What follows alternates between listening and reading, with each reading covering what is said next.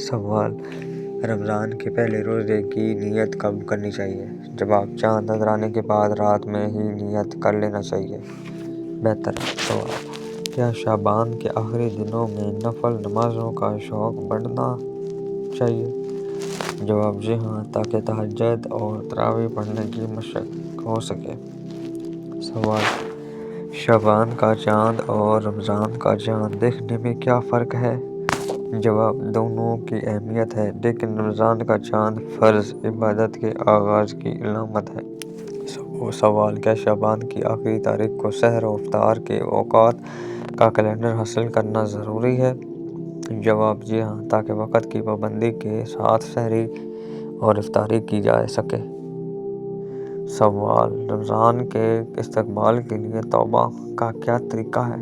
جواب: ماضی کے گناہوں پر شرمندگی، اللہ سے معافی اور آئندہ نہ کرنے کا پکا عہد۔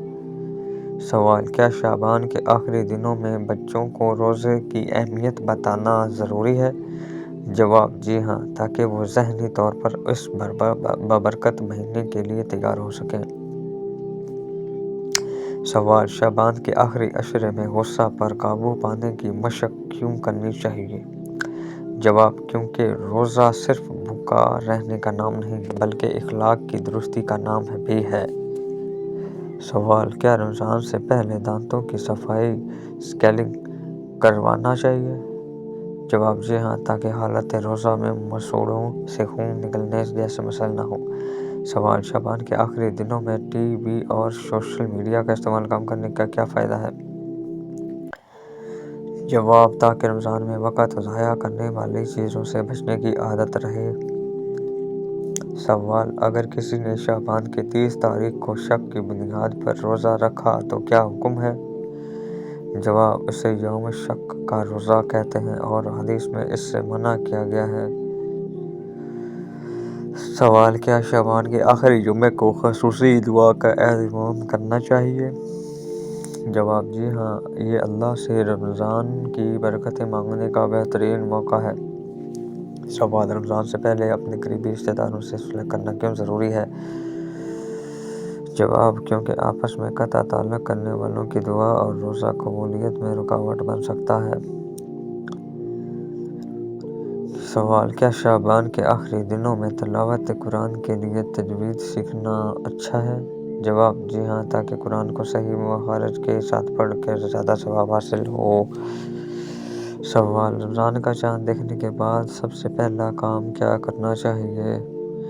جواب: اللہ کا شکر ادا کرنا چاہیے کہ اس نے ہمیں ایک بار پھر رمضان تک پہنچایا، الحمدللہ۔ سوال: رمضان کی آمد پر خوشبو لگانا کیسا ہے؟ جواب: خوشبو لگانا سنت ہے اور عبادات کے لیے فرحت بخش ماحول بناتا ہے۔ سوال: کیا شعبان کے آخری دنوں میں نیند کا شیڈول تبدیل کرنا چاہیے؟ جواب: جی ہاں، تاکہ سحری کے لیے جلد اٹھنے میں دشواری نہ ہو۔ سوال: رمضان کے استقبال کے لیے نیت کا کیا مطلب ہے؟ جواب: دل میں یہ ارادہ کرنا کہ میں اللہ کی رضا کے لیے تمام روزے رکھوں گا، انشاءاللہ۔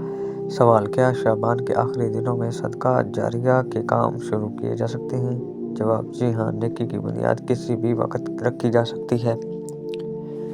سوال: رمضان سے پہلے صبر کی مشق کیسے کی جائے؟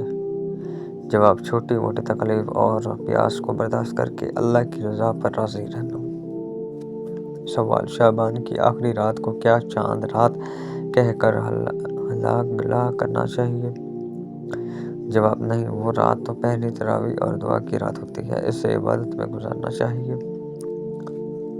کیا شعبان کے آخری دنوں میں زکوٰۃ کا حساب کرنا بہتر ہے؟ جواب: جی ہاں، تاکہ رمضان کے شروع ہوتے ہی مستحقین تک امداد پہنچ جائے اور وہ بھی روزے رکھ سکیں۔ سوال ہے: رمضان سے پہلے حقوق العباد کی معافی کی کیا اہمیت ہے؟ جواب: جب تک بندوں کے آپسی معاملات صاف نہ ہوں، اللہ کی رحمت کی طرف بڑھنا مشکل ہوتا ہے۔ سوال: شعبان کے آخری دنوں میں تلاوت قرآن کا کتنا دورانیہ ہونا چاہیے؟ جواب ہے کم از کم اتنا کہ روزانہ ایک پارہ پڑھنے کی روانی بن جائے۔ سوال: کیا شعبان کے آخری جمعہ کو الوداعی جمعہ کہنا درست ہے؟ جواب: یہ اصطلاح صرف رواج ہے، اصل اہمیت اس دن کی دعا اور تیاری کی ہے۔ سوال: شعبان کے آخری عشرے میں کھانے پینے میں اعتدال کیوں ضروری ہے؟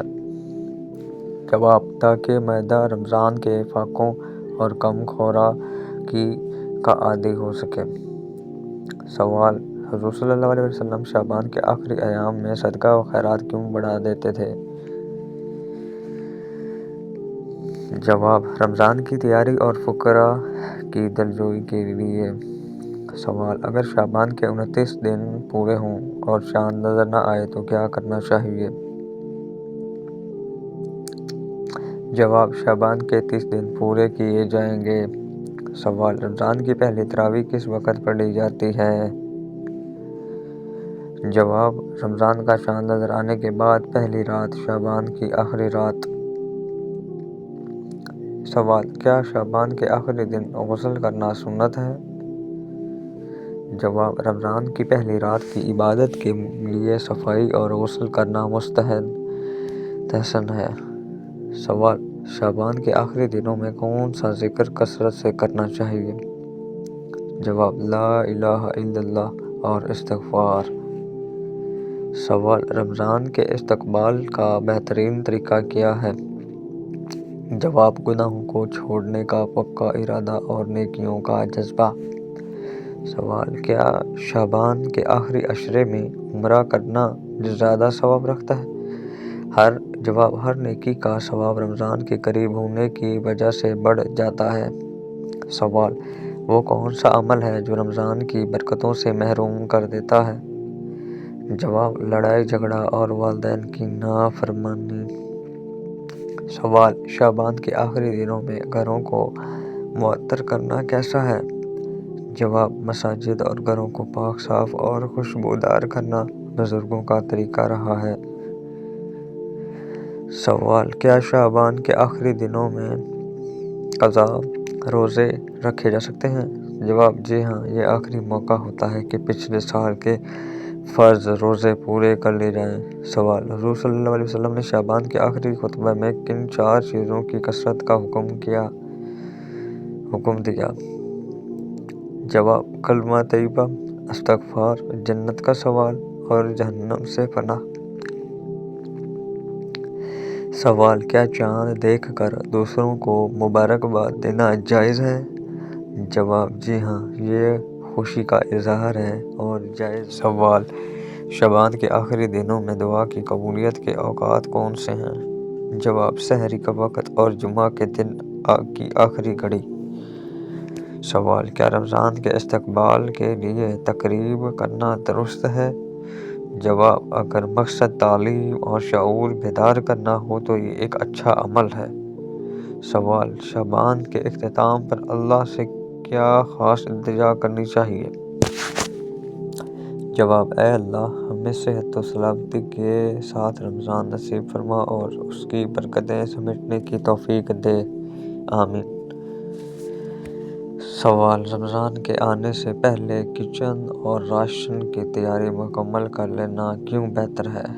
جواب: تاکہ رمضان کا قیمتی وقت بازاروں کے چکر کاٹنے کی بجائے عبادت میں گزرے۔ سوال: رمضان کے پہلے دن کا سب سے بڑا پیغام کیا ہے؟ جواب: تقویٰ کا حصول اور اللہ کی بندگی میں ڈوب جانا۔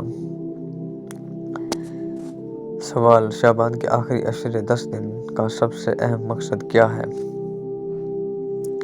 جواب: رمضان المبارک کے لیے مکمل ذہنی اور جسمانی تیاری۔ سوال: یوم شک سے کیا مراد ہے؟